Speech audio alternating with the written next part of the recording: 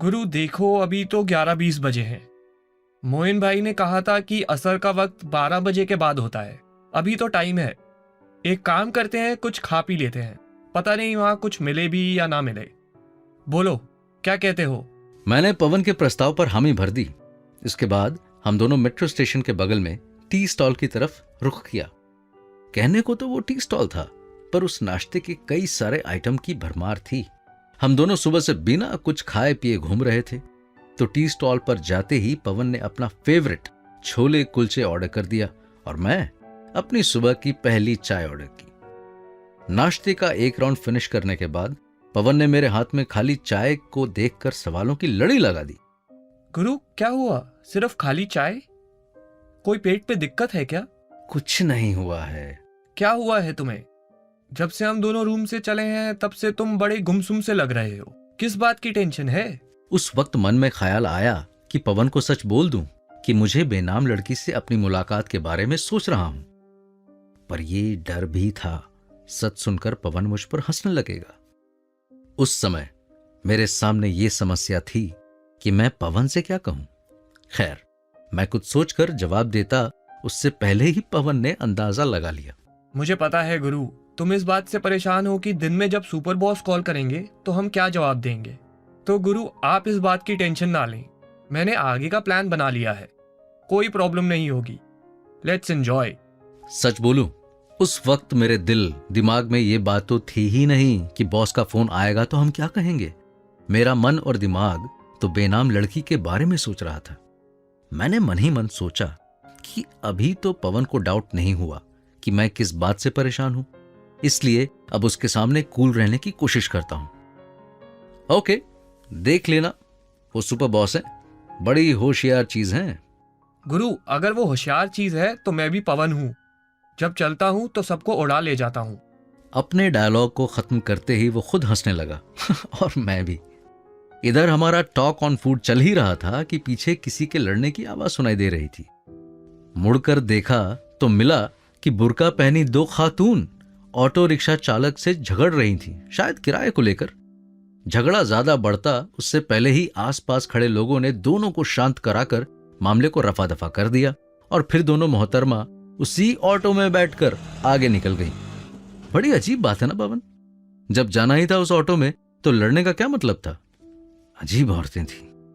गुरु, वो जैसी थी वैसी ठीक है। अगर हम दोनों अभी ना चले तो लेट हो जाएंगे। देखो, 12 बजने को है। जैसे ही पवन ने अपना डायलॉग खत्म किया वैसे ही हम ऑटो की तरफ चल दिए। मेट्रो स्टेशन से कुतुब मीनार की दूरी करीब 2 किलोमीटर थी। पहले मैंने सोचा कि हम दोनों पैदल चलेंगे, इसके जरिए शायद हम उस बेनाम लड़की और फिजा के रास्ते में ही मिल जाएं। पर उस वक्त तो समय की कमी थी, तो हमें जल्दी के लिए ऑटो में बैठना पड़ा। 8 मिनट के सफर के बाद ऑटो ने हमें टिकट घर के सामने छोड़ दिया। टिकट घर के पास ज्यादा भीड़ नहीं थी। टिकट लाइन में शायद बस 10-12 ही लोग ही थे। शायद 30-40 लोग आसपास खड़े थे। मैं ये देखकर मन ही मन खुश हुआ, ये सोचकर कि ज्यादा भीड़ नहीं है तो प्रॉब्लम नहीं होगी ढूंढने में। मैं तुरंत जाकर लाइन में लग गया। मेरा नंबर 12 था। गुरु, तुम देखो, लाइन में लगे रहो। मैं जरा आसपास देख कर आता हूँ कि दोनों लड़कियां आई हैं कि नहीं। पवन बिना मेरा जवाब सुन ये बोलकर चला गया और मैं टिकट लाइन में खड़ा होकर इंतजार कर रहा था टिकट और पवन दोनों का। करीब 15 मिनट बाद पवन वापस आया। तब तक लाइन में मैं 12वें स्थान से दूसरे स्थान पर आ गया था। गुरु, यहां तो नहीं दिखी मुझे लगता है शायद वो जल्दी आकर अंदर चली ना गई हो। तुम टिकट ले लो, फिर जल्दी अंदर चलते हैं। 3 मिनट बाद लॉकर रूम में सामान जमा करने के बाद हाथ में टिकट लिए हम कुतुब कॉम्प्लेक्स में जाने को तैयार थे। जब हमने कॉम्प्लेक्स में प्रवेश किया तो मुझे शॉक कर देने वाली 2 रीजन थे। पहला यह था कि मैं सोचता था कि परिसर में कुतुब मीनार सिर्फ इकलौती इमारत होगी और बाकी का परिसर खाली सा होगा, पर जब अंदर पहुंचा तो पता चला कि कुतुब परिसर में मीनार के साथ 10-12 इमारतें थीं जिसे देखने के लिए लोग आते थे। और दूसरा रीजन ये था, जब मैंने टिकट घर के बाहर लाइन में 10-12 लोगों को देखा था तो उम्मीद लगा ली थी कि अंदर 100-200 लोग से ज्यादा नहीं होंगे, पर उस समय परिसर में करीब 1000 लोग थे और परिसर भी कोई छोटा मोटा नहीं था, किलोमीटर में दूर दूर तक फैला हुआ था। अब समस्या ये आन पड़ी थी कि उन दोनों को कैसे ढूंढें और कहां से ढूंढना स्टार्ट करें। मैं उस वक्त पहली बार कुतुब मीनार देखने को गया था, तो कुछ समझ में ही नहीं आ रहा था। सो मैंने पलटकर पवन की तरफ देखा। उसकी हालत भी मुझसे जुदा नहीं थी, वो भी चकित मुद्रा में था। न जाने क्या चल रहा था उसके दिमाग में उस वक्त। हमें एंट्री गेट पे खड़े हुए मिनट पर मिनट गुजर रहे थे, समय बीतता जा रहा था। उस समय अचानक मेरे दिमाग में एक विचार आया, जो मैंने बिना देर किए एक सांस में पवन को सुना दिया।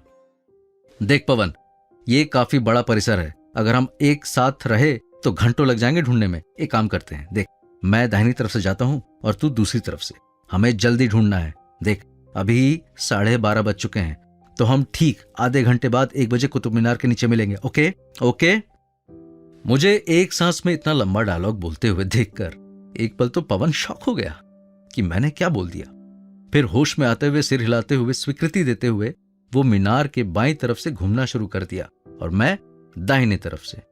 अक्सर जब पर्यटक इमारत देखने आते हैं तो पहले वे इमारत को जी भर के देखते हैं, फिर उसके बारे में पढ़ते हैं और आखिर में यादों को सजाए रखने के लिए उस इमारत की तस्वीर लेते हैं और दूसरी इमारत की तरफ चले जाते हैं। पर उस वक्त मेरे पास इतना समय नहीं था कि मैं ये सब करूं। जब लोग इमारत देखने में तल्लीन थे तो मैं लोगों को देख रहा था कि कहीं बेनाम युवती और फिजा दिख जाएं। अक्सर लोग एक इमारत को देखने और फोटो सेशन में 20 मिनट लगाते हैं और मैं उस दिन 2 मिनट में इमारत को देख पा रहा था, या यूं कहें कि लोगों को देख रहा था। एक इमारत से दूसरी, दूसरी से तीसरी, तीसरी से चौथी, ना जाने उस आधे घंटे के भीतर कितनी इमारत देख ली थी। बीच बीच में मैं कलाई घड़ी को घुमाकर समय देख लेता। 1 बजने में 5 मिनट बचे थे, शायद 2 इमारतें बची थी। अब चलने से काम नहीं बन सकता था, तो मैंने दौड़ना शुरू किया। जल्दी जल्दी खत्म करके कुतुब मीनार के नीचे खड़ा हो गया, निराश। आधे घंटे की अपार मेहनत के बाद भी मेरे हाथ खाली थे। बस उस वक्त ये उम्मीद थी कि शायद फिजा और बेनाम युवती दूसरी तरफ गए हों और पवन से मुलाकात हो गई हो। थोड़ी देर बाद दूसरी तरफ से पवन भी हिलता डुलता मेरे पास आ गया।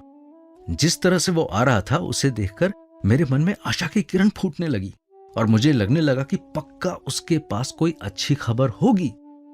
मेरे भीतर से ऊर्जा की नई उमंगें फूटने लगी थी, जिसे मैं थाम रहा था ताकि पवन को पता ना चल जाए कि मैं इस मुलाकात के लिए कितना उत्साहित हूं। पर जो मैंने सोचा था ठीक उसका विपरीत हुआ। हिलता डुलता पवन निराश होकर मेरे बगल में बैठ गया। क्या हुआ पवन, कोई प्रॉब्लम?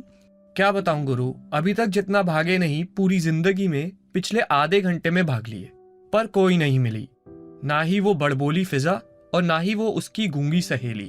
उनको ढूंढने के चक्कर में एक बार लड़ाई होते होते बची। लड़ाई? किससे और कब? क्या हुआ, क्या था? ना गुरु, सब मैटर संभाल लिया हमने। वो ये था गुरु कि 2 औरतें बुर्का में थी और हमें लगा कि ये वही है, तो हम कंफर्म करने के लिए उनके पीछे लग गए। पर पता नहीं था कि उनके शोहर हमारे पीछे लगे थे। बस हो गई गलतफहमी, शुरू हो गई लड़ाई। जब मामला बढ़ता हुआ दिखा तो फिर झूठ बोलकर निकलना पड़ा। क्या झूठ बोला? वही पुराने वाला, पुलिस इंस्पेक्टर के भाई हैं हम। अच्छा मेरी छोड़ो, तुम बताओ तुम्हें कोई मिला कि नहीं? सच बोलूं, मैं इतना निराश हो चुका था कि मुझे पवन के झूठ में कोई इंटरेस्ट नहीं बचा था कि उसने क्या बोला और फिर आगे क्या हुआ होगा। मुझे जो उम्मीद बनी थी मिलने की वो टूट चुकी थी। इस कारण मैं ज्यादा निराश हो गया। पवन के पूछने पर मैंने सारा वाकया सुना दिया जो मेरे साथ आधे घंटे में घटा था। गुरु अब तो कोई उम्मीद नहीं है मिलने की, तो अब क्या करें? यार उम्मीद तो मुझे भी अब नहीं है। एक काम करते हैं, कुछ देर यहीं बैठकर आराम करते हैं, उसके बाद घर की तरफ चलते हैं। हाँ घर ही चलते हैं। अब यहाँ रुककर क्या फायदा? जिनके लिए आए थे वो तो धोखा देकर निकल गए। धोखेबाज कहीं के। बिना किसी को जाने धोखेबाज कहना कितनी अच्छी बात है ना पवन पचारी जी। पीछे से लड़की का स्वर पड़ते ही हम दोनों पलट गए और पाया कि पीछे वो खड़ी थी जिसके लिए मैं सुबह से भाग रहा था। पीछे वो खड़ी थी जिसके लिए मैंने पहली बार बीमारी का झूठा बहाना बनाया था। पीछे वो खड़ी थी जिसका नाम तो नहीं जानता था, पर उससे मिलने के लिए पिछले 16 घंटे से पल पल तरस रहा था। पर जब वो सामने थी तो मैं बस उसे देखे ही जा रहा था। बेनाम युवती तुम। अब आगे की कहानी अगले भाग में। क्या साहिल बेनाम युवती से बात कर पाएगा? क्या उसे अपने दिल में उमड़ते जज्बात बता पाएगा? बेनाम युवती का क्या नाम होगा? ये सब जानने के लिए जुड़े रहिए मुझसे और मेरी कहानी से। अगला एपिसोड सुनने के लिए सब्सक्राइब करें इस चैनल को, और नहीं हो रहा इंतजार और अभी सुननी है पूरी कहानी तो डाउनलोड करें कुकू FM ऐप।